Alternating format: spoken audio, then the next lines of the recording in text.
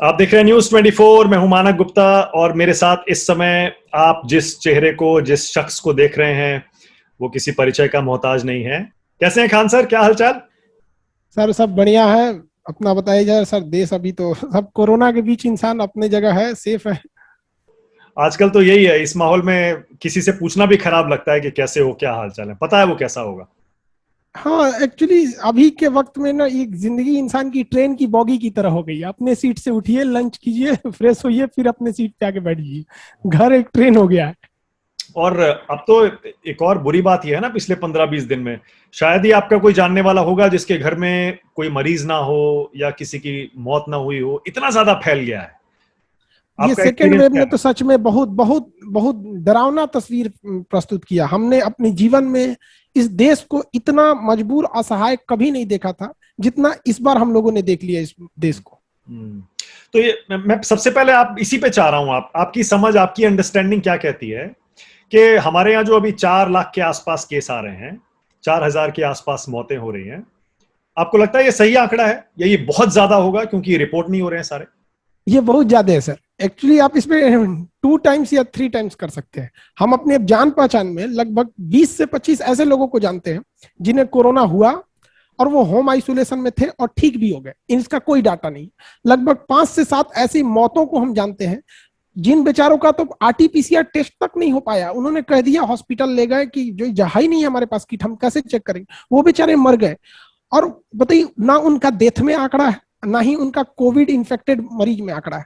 तो लोग ये जो 4 लाख का आंकड़ा देख रहे हैं, ये 4 लाख एक्यूरेट नहीं है, ये तो बट पब्लिक है। अब आप खुद सोचिए कि अगर कहीं ट्रेन एक्सीडेंट करती है, अगर बताया जा रहा है कि 10 लोग मरे हैं, मतलब 10 लोग नहीं गए हैं वहां, अगर रियलिटी देखेंगे तो बहुत ज्यादा आंकड़ा है। तो ये एक संतोष के लिए है कि ये ऑन रिकॉर्ड ये सब आंकड़े दिखाए जा रहे हैं। रियलिटी से इसको काफी दूर है ये। बिल्कुल सही है। और इसी तरह से बहुत सारी अफवाहें फैल रही हैं खान सर, खासतौर से व्हाट्सएप जी। के जरिए। ऐसी ऐसी अफवाहें फेसबुक पर, ट्विटर पर, इधर उधर। और वो अफवाहें सुनकर जो समझदार लोग हैं, जो साइंटिफिक सोच वाले हैं, वो तो एकदम अपना सिर पकड़ लेते हैं। ये क्या है? हाँ लेकिन बहुत सारे, आधी आबादी कम से कम ऐसी होगी खान सर हमारी, जो आंख बंद करके यकीन कर लेती है। तो आपने भी ऐसी जी कुछ अफवाहें बिल्कुल। सुनी होंगी। बहुत बहुत सर, अफवाह तो हम लोग बचपन से सुनते हैं ना। धूप में बारिश होने लगे तो गधे की शादी हो रही है। मेढक मार दो तो कान पक जाता है। हाँ, बर्तन में खाना खा लो तो मतलब शादी में बारिश होने लगेगी। तो हम लोग ना जो है वो एक हैबिचुएटेड है अफवाहों से। बचपन से ही हम लोग अफवाह सुनते हैं। पेंसिल के छिलके को दूध में डालो, रबड़ बन जाता है। ये हम लोग को अफवाह की कोई कमी नहीं है, इसलिए हम लोग बहुत इजीली एक्सेप्ट कर लेते हैं अफवाहों को। आदत पड़ी हुई है हम लोग को। अब आपके पीछे ही देखिए, मुझे लग रहा है ये जो 5G लिखा है, बहुत सारी अफवाह फैली हुई है कि जो 5G टेस्टिंग हो रही है दुनिया भर में, उससे ये कुछ हो रहा है और ये किसी की साजिश है। नहीं, ऐसा नहीं है। 5G टेक्नोलॉजी की अभी गवर्नमेंट ने 2 शेड्यूल डाला है। गवर्नमेंट ने बोला है कि हम 5G कंपनियों को 2 महीने का वक्त देते हैं। वो इस 5G के लिए जरूरी इक्विपमेंट्स की खरीदारी कर ले, जिसमें उनका मॉड्यूल आता है, रिसीवर आता है, टावर्स आते हैं, ऑप्टिकल फाइबर आएंगे। और जब ये खरीदारी पूरी हो जाएगी तो अगले 4 महीने तक वो टेस्टिंग चालू करेंगे। इनफैक्ट अभी कंपनी इन 2 महीने की खरीदारी में बिजी है। ये 2 महीने बाद ये एक्चुअली में टेस्टिंग चालू करेंगे ये लोग जुलाई से। और अभी हल्ला कर दिया गया कि टेस्टिंग की वजह से हो रहा है। इसमें सबसे बड़ा मतलब प्रॉब्लम कहां से जनरेट हो रही है, देखिए। शुरू में गवर्नमेंट ने कहा था, मतलब पिछले साल 2020 में, कि चाइना की 2 फेमस कंपनी, एक जेट्टी कंपनी और एक हुआवी कंपनी, नो डाउट ये 5G टेक्नोलॉजी में पूरी दुनिया में सबसे लीडिंग कंपनी है, क्योंकि इनका प्रोडक्ट सस्ता और बहुत इजीली अवेलेबल है। इस बार गलवान घाटी और बहुत सारे चीजों को देखते हुए गवर्नमेंट ने इन दोनों कंपनियों को साइड कर दिया। तो कहीं ना कहीं ये चाइना की एक बहुत अच्छा प्लांटेशन है इंडिया में, क्योंकि उसका सोशल मीडिया पूरी तरह से कंट्रोल है। वो जो चाहेगा वही दिखाएगा, बट हमारा पूरी तरह से ओपन है। ये उसने फैला दिया क्योंकि उसकी कंपनी बाहर हो गई। और यहां क्या हो गया, रिलायंस ने, इंडिया ने डबल झटका दिया। भारतीय एयरटेल या फिर आपका वोडाफोन हो गया, तमाम कंपनियां, इन्होंने कहा कि हम इरेक्सन कंपनी से, सोनी कंपनी से या फिर अमेरिकन कंपनी से हम 5G के इक्विपमेंट खरीदेंगे, क्योंकि गवर्नमेंट ने पहले ही मना कर दिया कि इनसे नहीं खरीद सकते। और आग में घी का काम कर दिया रिलायंस ने। रिलायंस ने कहा कि हमने कोई, अंबानी की कंपनी है, जियो ने कह दिया कि भाई हम कोई भी इक्विपमेंट खरीदेंगे ही नहीं। जो चाइना बनाता है ना, हम वही बनाएंगे। अब चाइना को इस पे लग गया मिर्चा कि एक तो ससुरो इसने टेंडर नहीं दिया, उस पे से पूरी तरह से सीधी उंगली से घी नहीं निकला ना, तो भारत सरकार ने इस बार चाइना का मटका ही फोड़ दिया। अब जैसे मन वैसे घी निकालेंगे हम। अब चाइना को इस बात का बड़ा बुरा लगा है, तो एक उधर से प्लांटेशन किया जा रहा है। वरना आप खुद देखिए, जिस चीज का अभी हमारे यहाँ टेस्टिंग चालू नहीं हुआ उस पर विरोध कहां से आ जाएगा। तो अभी तो ये नहीं हुआ, उसके बाद गवर्नमेंट 4 महीने तक डाटा इकट्ठा करेगी। जिस तरह वैक्सीन 2020 से बन रहा था, हमें मिला कब, 2021 में, जब फाइनल टेस्टिंग हो गई, हर फेज के डाटा आ गए सब, तो गवर्नमेंट भी 4 महीने तक गहन टेस्टिंग करेगी। उसके बाद कहेगी कि 5G दिया जाए, सही है या नहीं दिया जाए, फिर स्पेक्ट्रम अलॉट होगा। अभी से तो ये एकदम पूरी तरह गलत बात है। जो भी इस अफवाह में आ रहा है, भाई आप खुद सोचिए, आपको कोई व्हाट्सएप पे भेज देता है, ना उसका कोई प्रमाण है ना कोई डाटा है, आप उसको बिलीव कर लेते हैं, तो लोगों की गलती है। हाँ, नहीं सिर्फ व्हाट्सएप नहीं है ना, सिर्फ व्हाट्सएप नहीं होता है, उसके अलावा क्या करते हैं, दोस्तों से रिश्तेदारों से बातचीत करते हैं फोन पे, खाली टाइम में क्या करेंगे, तो फोन पे बोलता है, अरे पता है अब आजकल एक नया फैला है, बताता हूं आपको। जो लोग सिगरेट पीते हैं, आपस में एक दूसरे को, या जो नहीं पीते हैं उनको ये बताने लगे हैं, बोले अरे तुम क्या किया तुमने जीवन में, हम देखो सिगरेट पीते हैं और तुम हमेशा हमें रोकते थे, लंग्स खराब हो जाएंगे, लंग्स खराब हो जाएंगे। तुमको पता है नया स्टडी आया है, जो सिगरेट पीता है उसको कोरोना ही नहीं होता है। अब बताइए इस अफवाह का आप क्या करेंगे? ऐसे लोगों को ना थोड़ा सा, मतलब क्या बोलते हैं, देहात में हम लोग के यहाँ कहावत कहा जाता है, भय बिना प्रीत कहाँ, जब तक डर नहीं तब तक प्यार नहीं। ऐसे 2-4 सिगरेट पीने वाले नशेड़ियों को पकड़ के ले आना चाहिए, और कोरोना का जो वार्ड बनाया गया है जिसमें केवल कोरोना के सीरियस मरीज है वेंटिलेटर पे, उसमें पकड़ के बिना पीपीई किट के ठूस देना चाहिए। कहना चाहिए भैया तुम तो बहुत बड़े चाणक्य बन रहे थे, सिगरेट पियो, तुम्हारे फेफड़े को क्या होगा, और उनका लाइव टेलीकास्ट करना चाहिए। देखिए किस तरह से चिल्लाएंगे, जिस तरह फांसी पे ले जाते वक्त कैसे बेचारा अपराधी कहता भैया छोड़ दो, वैसे ये लोग चिल्लाएंगे। लोग यहाँ पर ये उल्टा सीधा अफवाह बोलते हैं। शुरुआत में जब कोरोना का फर्स्ट वेव था ना, तो शराबी लोग ऐसे कूद रहे थे, शराब पीने वाले को कुछ नहीं होता। जब लाइन से मरे लोग ना शराब पीने वाले, कई कई तो शराब के ठेका चलाने वाले मर गए लोग। ये खुदरा शराबियों को कौन पूछ रहा है? हाँ, इस बार भी आया है ये सिगरेट के साथ साथ शराब वाला भी फिर से आया है घूम के। वो कहता है शराब वाला पुराना हो गया है। नहीं, इस बार दूसरा आया है। इस बार ये है शराबियों को होता नहीं है, और होता भी है तो कहते हैं ये जो 10-12 दिन मुश्किल टाइम रहता है, इसमें आप अपना रोज पियो और वायरस जो है वो अल्कोहल से मर जाता है। देखिए इन शराब वालों को कहना चाहिए कि आप जो शराब पीते हैं वो फेफड़ा में नहीं जाता है। अगर हम ये मानते, अगर आप उन शराबियों की बात को अगर मान लेते हैं कि तुम्हारा शराब से ये ठीक हो जाता है, तो शराब तो पेट में जा रहा है, नाक से पी रहे हो क्या कि जो फेफड़े में जाएगा, मर जाएगा इंसान, फेफड़े में पानी उतर जाएगा तो एलवीली जाम हो जाएगी उसकी। अच्छा खान सर, ये आपने कोई अपने स्टडी की है या आपने और कोई अफवाहें आपने सुनी है क्या? मैं तो बहुत सारी सुनी है, मैं बताता रहूंगा एक एक करके। आपने क्या क्या सुनी है? हमने बेसिकली लोगों के अंदर 5G की फ्रीक्वेंसी को लेकर बड़ा दिक्कत है। उनका कहना है कि इसकी फ्रीक्वेंसी इतनी ज्यादा रहेगी ना कि ये हमको बड़ा लंग्स को डैमेज करेगा, इस सबको जैसे मौत काफी होगी। ऐसा नहीं है, इसकी फ्रीक्वेंसी नो डाउट ज्यादा है, जिस वजह से इसमें क्लियरिटी ज्यादा आएगी। ऐसा लगेगा हम वीडियो कॉल पे जब एक दूसरे को 5G में देखेंगे तो ऐसा लगेगा हम रियल में देख रहे हैं। दूसरा, इसकी बैंडविड्थ ज्यादा रहेगी, मतलब हम ज्यादा से ज्यादा डाटा को एक बार में भेज सकते हैं, और रियल टाइमिंग होगी, टाइमिंग बहुत कम लगेगी। जैसे अगर हम किसी जहाज को रिमोट से कंट्रोल करते हैं 4G में, तो पता चला कि जहाज के आगे क्या सिचुएशन है, तक हमें रिसीव आया, हम इधर से कमांड दिए, तब तक वो गलत डायरेक्शन में मुड़ जाएगा। 5G में क्या होगा, बहुत तेजी से होगा, क्लियर होगा, तो हम कमांड दे सकते हैं। तो टेलीमेडिसिन, दूर बैठे डॉक्टर घर से ऑपरेशन कर सकता है मशीनरीज के मदद से, तो ये सब 5G से ही पॉसिबल है। इसके लिए फ्रीक्वेंसी बढ़ानी पड़ेगी। तो 2 समस्या आती है, अगर आप फ्रीक्वेंसी बढ़ाएंगे तो आप ज्यादा दूर तक अपने डाटा को नहीं भेज सकते, उसमें क्या होगा कि आप करीब ही भेज सकते हैं, तो यही लगेगा कुछ में टावर ज्यादा लगेंगे। और अगर आप गौर से देखेंगे फ्रीक्वेंसी को, कि तो जब हम लोग के पास 1G आया था तो इसकी फ्रीक्वेंसी 30 किलोहर्ट्ज थी, बहुत कम थी, मैसेज जा पाता था। जब ये सन 2000 के दशक में आया 1.8 गीगा हर्ट्ज आया था वहां पर। अभी जो हम लोग 4G यूज करते हैं उसकी जो 2 से लेके 8 गीगा हर्ट्ज तक इसकी फ्रीक्वेंसी है, 2 से 8 हर्ट्ज तक। ये 8 मिलता नहीं है सबको, बट इसकी ये मैक्सिमम है, कुछ ही जगहों पर 8 अवेलेबल है। जो लोग फ्रीक्वेंसी से डर रहे हैं उनको ये कहना चाहिए कि जो 5G की फ्रीक्वेंसी चालू होगी वो 3 से लेके 30 गीगा हर्ट्ज तक जाएगी।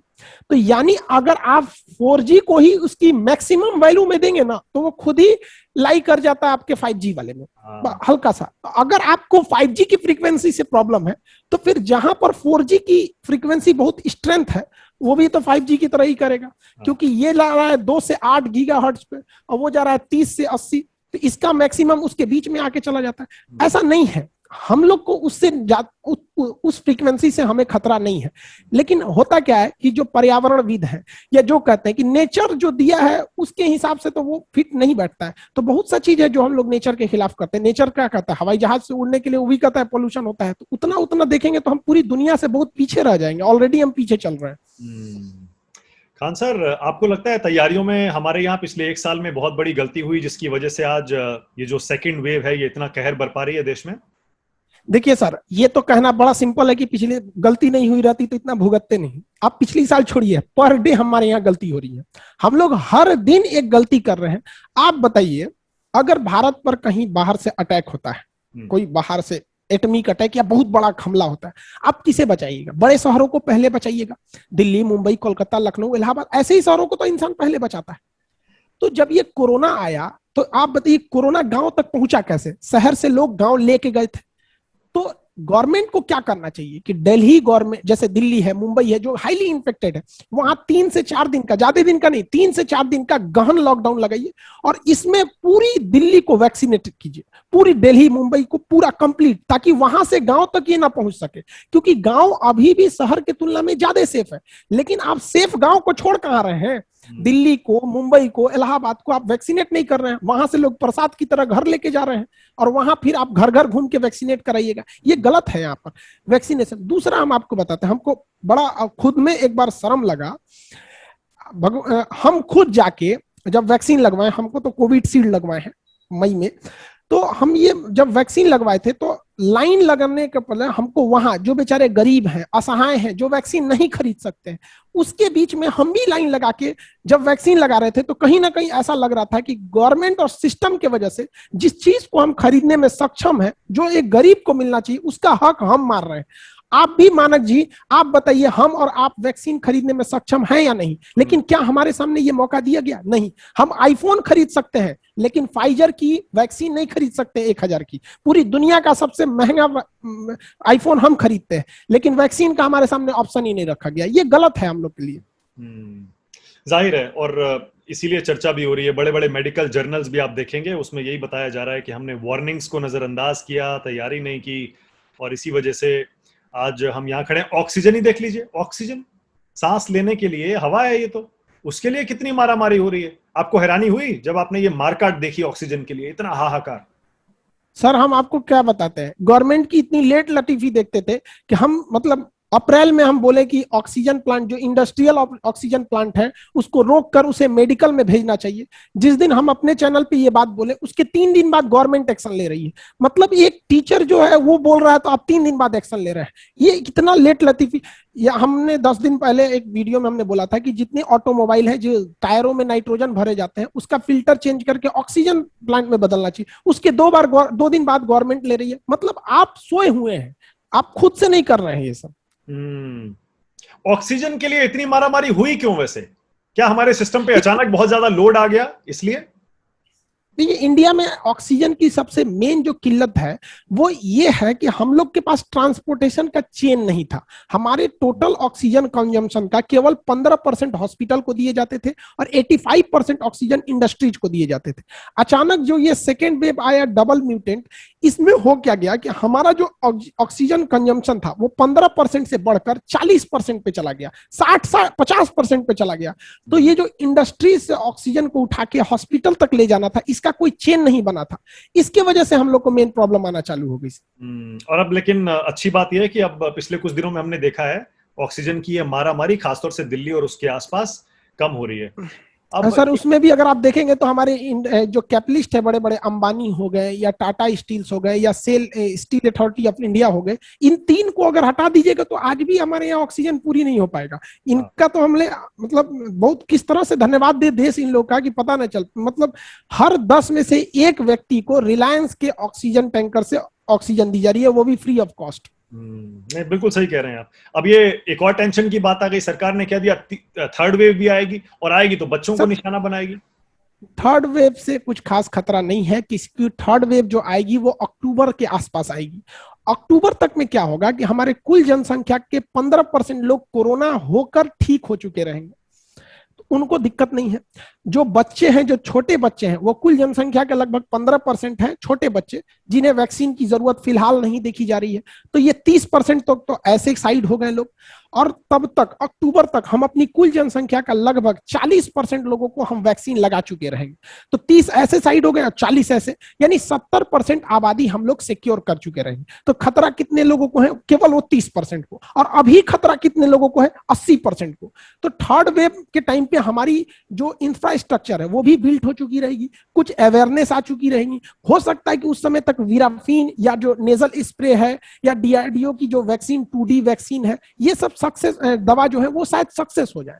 तो जब ये सक्सेस हो जाएंगे तो उस समय तक हम लोग को ज्यादा डरने की बात नहीं है। और ये इतिहास है, सबसे ज्यादा तबाही सेकेंड वेव ही मचाती है। आप 100 साल पीछे स्पेनिश फ्लू को देखिए। लेकिन कहते हैं ना कि इतिहास से हमने यही सीखा है कि इतिहास से कोई कुछ नहीं सीखता है। बिल्कुल सही कह रहे हैं। नहीं, ये लाइन अच्छी है आपकी। इतिहास से हमने यही सीखा है कि इतिहास से कोई कुछ सीखता ही नहीं है। इसीलिए जो मैं अगला सवाल पूछ रहा हूँ, गंभीर सवाल है। अब बहुत सारे लोगों के मन में खान सर ये आ गया है कि भाई आपको तो कोरोना होना ही है। अब इतना फैल गया है यार, अब और कोई चारा नहीं है। आपके गली मोहल्ले में, आपके घर में हर तरफ कोरोना ही कोरोना है, कब तक बचोगे आप? इसीलिए बहुत सारे डॉक्टर्स ये कहने लगे भैया इन्फेक्शन या इंजेक्शन दोनों में से आप एक चुन लो। आप सहमत हो इससे? देखिए, ऐसा नहीं है कि सबको ही हो ही जाएगा। अब तक जो बचे हैं क्या पता कि आगे भी बचे रह जाए, क्योंकि अब हम शुरू से ही चिल्ला रहे हैं कि हमने काफी एक्सपर्ट से बात किया। इवन कि हम इंडिया के बाहर काफी डॉक्टर से, ब्रिटेन, मतलब जितने बड़े बड़े जहां तक हमारा संपर्क है हम वहां बात किए। और काफी कंक्लूजन के बाद हम बोल रहे कि भाई 15 से 20 मई, अगर आप हमें सुन रहे होंगे तो हम ये अप्रैल से ही कर रहे हैं कि 15 से 20 मई के बाद ये डाउन हो जाएगा। और आज की डेट में आप देखिए कोरोना का जो केस आया है वो 4 लाख का आंकड़ा नहीं क्रॉस किया, अभी 3,85,000 पे रुक गया। तो अभी ये यहाँ पर 12 तारीख तक ये सेचुरेट करेगा, मतलब 12 मई तक यहाँ पे सेचुरेट करेगा, और हो सकता है तो 15 मई तक। उसके बाद ये डिक्लाइन धीरे धीरे चालू करेगा और 20 मई के बाद ये काफी तेज ग्राफ गिरेगा।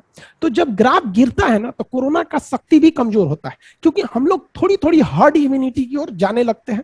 तो इस जो 20 मई वाला है इसमें जो बच जाएंगे तो उधर हो सकता है कि वो इन्फेक्टेड हो, उन्हें वेंटिलेटर और ऑक्सीजन तक जाने की जरूरत नहीं पड़ेगी। और है भी तो, अगर कोरोना में आपको वेंटिलेटर और ऑक्सीजन की जरूरत ना पड़े तो ये मामूली खांसी जुकाम से बड़ा और है क्या ही। बस यही तो एक तकलीफ है कि वेंटिलेटर तक पहुंचा दे रहा है। ऐसा नहीं कि आप नहीं बच सकते, बहुत लोग बचेंगे। और ऐसा नहीं, करोड़ों में संख्या होगी जिन्हें कोरोना नहीं होगा, करोड़ों में। जो ये कह रहे हैं सबको होगा, ऐसा नहीं है। ये एक निगेटिव फैलाया जा रहा है कि हमें नहीं होगा, ऐसा थोड़ी। उस तरह से अगर आप देखेंगे तो हमें, आपको, सबको मरना है तो क्या आज ही मौत को गले लगा ले? नहीं ना हो सकता है। मानते हैं कि हमें, आपको किसी को कोरोना होगा तो इसका मतलब थोड़ी ना हम लाके इन्फेक्टेड घूमे बिना मास्क का, ऐसा गलत है। इसे कुछ कुछ लोगों को थूरना बहुत जरूरी है। अच्छा, लग रहा है आपको ये, जैसे आपने एक आइडिया तो दिया कि ये बस अब ये सेकंड वेव नीचे जाने वाली है, पर कभी खत्म भी होगा ये? बहुत सारे लोग ये कहते हैं ये कभी जाएगा नहीं, हर साल लौट के आएगा, इसकी ऐसी पीक्स आती रहेंगी। रात, देखिए, रात कितनी भी बड़ी क्यों ना हो जाए, सुबह होने से नहीं रोक सकती है। ये हिंदुस्तान में जब अंग्रेजों का शासन था ना, तो अंग्रेज क्या कहते कि ब्रिटेन ने तलवार के दम पर इस भारत को गुलाम बना कर रखा है और जब तक ब्रिटेन रहेगा इन्हें गुलाम ही रखेंगे। यही ब्रिटेन है जो जलियांवाला बाग में इनके प्रधानमंत्री घुटने टेक कर माफी मांगे थे। तो यही कोरोना है जो भारत पर घुटने नहीं टेक देगा। तो हमें, अगर हमें इस बात पर संदेह है कि हमारा देश जीतेगा कि नहीं जीतेगा, तो असल मायने में आपको भारतीय होने में संदेह है, क्योंकि ऐसा कौन सा चीज नहीं जिसे हमने हराया नहीं। जो विश्व विजेता सिकंदर घुटने टेक कर चला गया, तो कोरोना की क्या औकात। हम अपने ही इस दिल को तकलीफ पहुंचाते हैं, कहते हैं ना कि अपने ही तो तकलीफ पहुंचाते हैं, वरना गैरों को पता क्या ये दिल दुखता किससे। हम तो हैं जो कोरोना को लेकर ढो रहे हैं। कोरोना हमारे आप तक कैसे पहुंचा? हमारे बीच में एक से एक होनहार, आप हमारे पत्रकारिता जगत के रोहित सरजाना जी को कोरोना किसने पहुंचाया? हमारे आप जैसे लोग होते हैं तो वहां तक ले गए। तो हम लोग खुद कैरियर बन रहे हैं। तो ये सब गलत बात है। हम लोग को कोशिश करना चाहिए कि ये इससे बड़ा देश सेवा करने का मौका शायद अब हम लोग को ना मिले। नहीं, कोरोना क्योंकि रूप भी तो अपना बार बार बदल रहा है ना, नए नए उसके स्ट्रेन आ रहे हैं। अब ये भी एक स्टडी आ रही है कि हो सकता है कि जो वैक्सीन हमारे पास हैं वो नए स्ट्रेन को कंट्रोल ना कर पाए, इसीलिए लोग कह रहे हैं ये रूप बदलता रहेगा, आता रहेगा, और हम इससे इसी तरह जूझते रहेंगे जैसे बाकी कुछ और वायरस नहीं है। हाँ, फ्लू का, इसका। जी जी, जैसे सही, आपने सही बात बताया। देखिए, दुनिया की हर चीज में इवोल्यूशन यानी बदलाव होता है, जिसे हम म्यूटेशन कहते हैं। ये म्यूटेशन कब होता है? जब किसी चीज की जनसंख्या बहुत ज्यादा हो, 1000 करोड़ 2000 करोड़ जब हो जाए तो उसमें एक चेंजिंग आती है। जैसे हम लोग पहले आदि मानव थे, बंदर के शकल में थे, करोड़ों की संख्या में बंदर आए, उसमें एक अलग म्यूटेशन हुआ जिसका हम लोग आज शकल है। तो जो ये कोरोना वायरस है, इसकी संख्या जितनी बढ़ेगी तो इसमें एक नया स्ट्रेन आने की संभावना उतनी रहेगी। आप इसे जितना जल्दी रोक सकते हैं उसकी स्ट्रेन आने की संभावना उतनी कम रहेगी। इसे जितना फैलाएंगे अगला स्ट्रेन आएगा। दूसरी बात, जितना ज्यादा म्यूटेशन हो रहा है उस सारे म्यूटेशन को रोकने के लिए हमारी जो कोवैक्सीन है, जो इंडिया की बनाई गई है, ये जो कोवैक्सीन है इनएक्टिवेटेड वायरस का यूज करके उसको बनाया गया। ये हर तरह के वायरस से लड़ने के लिए अब तक ये तैयार है। इसकी मानकता की जांच आप ऐसे कर सकते हैं कि एंथोनी फाउची, जो अमेरिका के जो हेल्थ एडवाइजर है व्हाइट हाउस के, उन्होंने कहा कि ये किसी भी वर्तमान समय में जितने भी म्यूटेशन है उसको रोकने के लिए तैयार है। आपको जानकर ताज्जुब होगा कि भारत सरकार ने इतने बेहतरीन वैक्सीन को प्रोडक्शन के लिए कोई बड़ा स्टेप नहीं उठाया। हमारे पास 3000 वैक्सीन बनाने वाली कंपनियां हैं, लेकिन वो कोविडशील्ड नहीं बना सकती है, क्योंकि कोविडशील्ड को बनाया था एस्ट्राजेनिका ने, जिसने केवल और केवल पेटेंट का अधिकार दिया है सीरम इंस्टीट्यूट। तो बाकी हमारी वैक्सीन चुपचाप पड़ी है। इसको तो हमारे पास है ना, इसको हम दे सकते हैं, और ये हर तरह के म्यूटेशन को काम करने के लिए है, लेकिन इस पर कोई गवर्नमेंट नहीं कर रही है। अगर हम पैरेलल दोनों कोविडशील्ड कोवैक्सीन को लेकर चले तो हम अपनी पूरी जनसंख्या को बहुत जल्दी वैक्सीनेट कर देंगे। यानी आप ये सलाह दे रहे हैं गवर्नमेंट को कि ये जो लाइसेंसिंग वाला लफड़ा है ये सारा खत्म कर देना चाहिए, इसके लाइसेंसिंग को कानून के जरिए टेक ओवर कर लेना चाहिए, और इसका प्रोडक्शन हिंदुस्तान में सरकार को खुद करवाना चाहिए, और इतना मास प्रोडक्शन करवाना चाहिए कि अगले 2-3 महीनों में हम 200-300 करोड़ वैक्सीन की डोजेज बना लें।